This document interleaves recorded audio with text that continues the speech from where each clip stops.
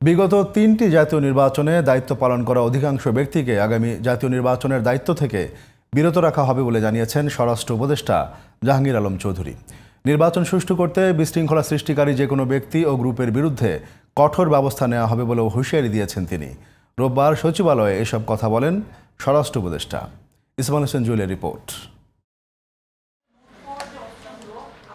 রোববার সকালে সচিবালয়ে আইনশৃঙ্খলা সংক্রান্ত কোর কমিটির বৈঠকে অংশ নেন স্বরাষ্ট্র উপদেষ্টা। পরে বৈঠকের আলোচ্যসূচি নিয়ে ব্রিফ করেন তিনি।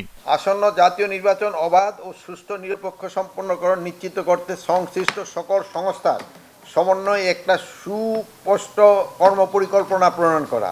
আইনশৃঙ্খলা বাহিনী সহ নির্বাচন সংশ্লিষ্ট কর্মকর্তারা যাতে কোনো আইন বহির্ভূত কাজ না করে সে বিষয়ে নির্দেশনা প্রদানের কথা জানান স্বরাষ্ট্র উপদেষ্টা। বলেন, আসন্ন জাতীয় সংসদ নির্বাচন কেন্দ্র করে আইনশৃঙ্খলা বাহিনীর প্রশিক্ষণ যত দ্রুত সম্ভব সম্পন্ন করা হবে। গত 2014, 18 এবং 24 সালে জাতীয় সংসদ নির্বাচনের দায়িত্ব পালনকারী ব্যক্তিদের আসন্ন নির্বাচন যথাসম্ভব তাদের দায়িত্ব থেকে অব্যাহতি দেওয়া। আসন্ন জাতীয় সংসদ নির্বাচন কেন্দ্র করে আইন শৃঙ্খলা পরিস্থিতি অবনতি যেন না ঘটে সেই জন্য আইন শৃঙ্খলা বাহিনীর টহল ও গোয়েন্দা নজরদারি জোরদার করা।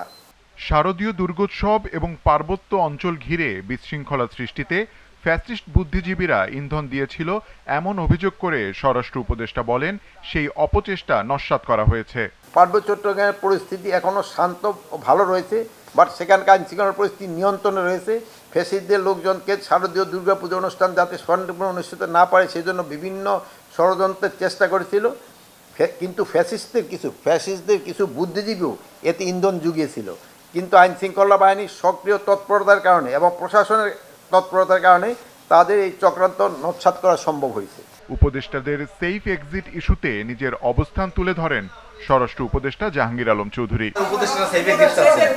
ভাই, আমার ছেলে মেয়ে সবই দেশে, তা আমি একা জায়গা কি করব? Ismail Hossain Jewel, GTV news, Dhaka.